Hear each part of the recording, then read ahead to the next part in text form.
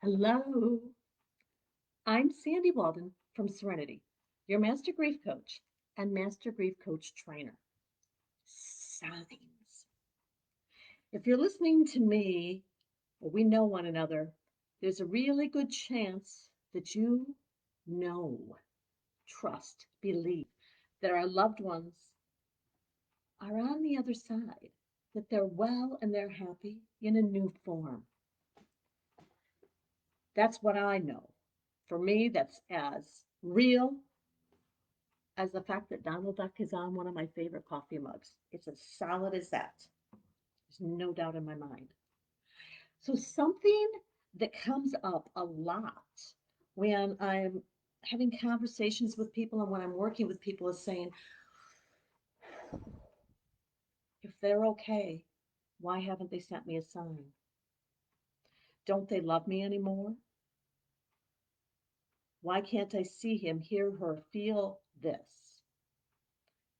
So, here's my thoughts. Now, full disclosure, I am not a medium. And I'm no more intuitive than the average Jane, Joe, or Abner. I believe we all have a certain level of intuition and ability.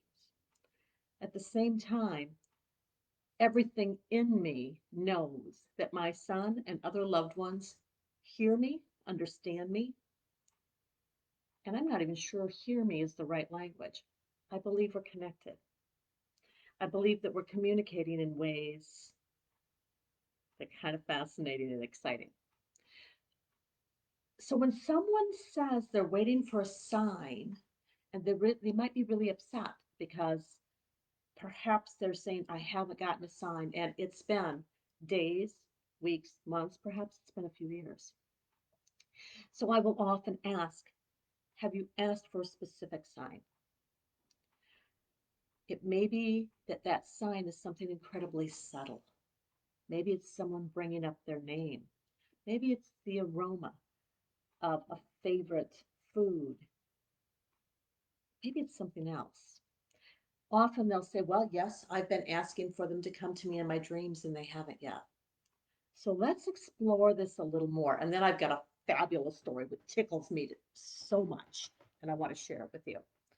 So perhaps they're coming to you in your dreams, and you're simply not aware of it, or we're discounting those signs. Sometimes the pain or the grief is too much, and we're not aware that we're seeing, hearing, feeling, experiencing a sign, especially if it's subtle. Now, my son isn't subtle at all, um, but I have a feeling that this stuff of communicating from the other side is not new to him. It's new to me. It's new to me. So, I was driving somewhere last week, and when I got there, I got a text from a friend of mine. This was unusual in itself because she knew I was going somewhere specific, and she usually does not reach out at all if she knows I'm going to be somewhere. It's very sweet. She knows that my phone is turned off, and so it's always okay to send messages, but she generally doesn't anyway. I thought this was fascinating because she sent a text and she said, does a red pickup truck mean anything to you? Can you feel my excitement? So I let it sit because I was doing something. And on the way home, I called her. Hands free, be assured it was hands free. And I simply said, yes, a red pickup truck absolutely means something to me. Tell me what it means to you. So this is where it got interesting. I wanted to be very careful not to give any information and find out what is her feeling, what is her thought, where is this coming from. So she told me that she was getting a strong impression of a red pickup truck, and she felt very strongly that it was connected to me and to my son Mike. So at this point, I was absolutely delighted, but it's impossible to do the happy dance when you're driving. So I just did some wiggling and maybe a little loud cheering. I told her that that was absolutely spot on.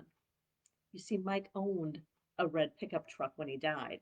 In fact, he died in that red pickup truck. He loved that truck, and he called it Old Blue. It still tickles me no end. This sign came to me from a woman who knows me. She knows I've lost my son. She had no idea what kind of vehicle he drove. We've never talked about that. I've not known her all that long. But she knew it was about me and she knew it was about my son. So, this to me is Mike saying, Dog Mom, just saying hi. It was also, I feel, an incredible way for him to remind her that she's very connected. She was our telephone line, our conduit. Is it possible that those signs are coming to you in a way that's slightly indirect? Maybe when somebody else has a thought or a feeling and shares it with you, is that your sign? I'm not saying it is every time because I have no way of knowing. But I know quite often signs have come to me through an unexpected source. So when I think about it, when I talk to my son, if I pray, I will ask for these messages from expected and unexpected sources. Are you open to it showing up in a way you might not expect? Are you open to being driving, excuse the grammar, are you open to driving down the road and seeing something that would have meant something to them and knowing it's yours? Is that okay?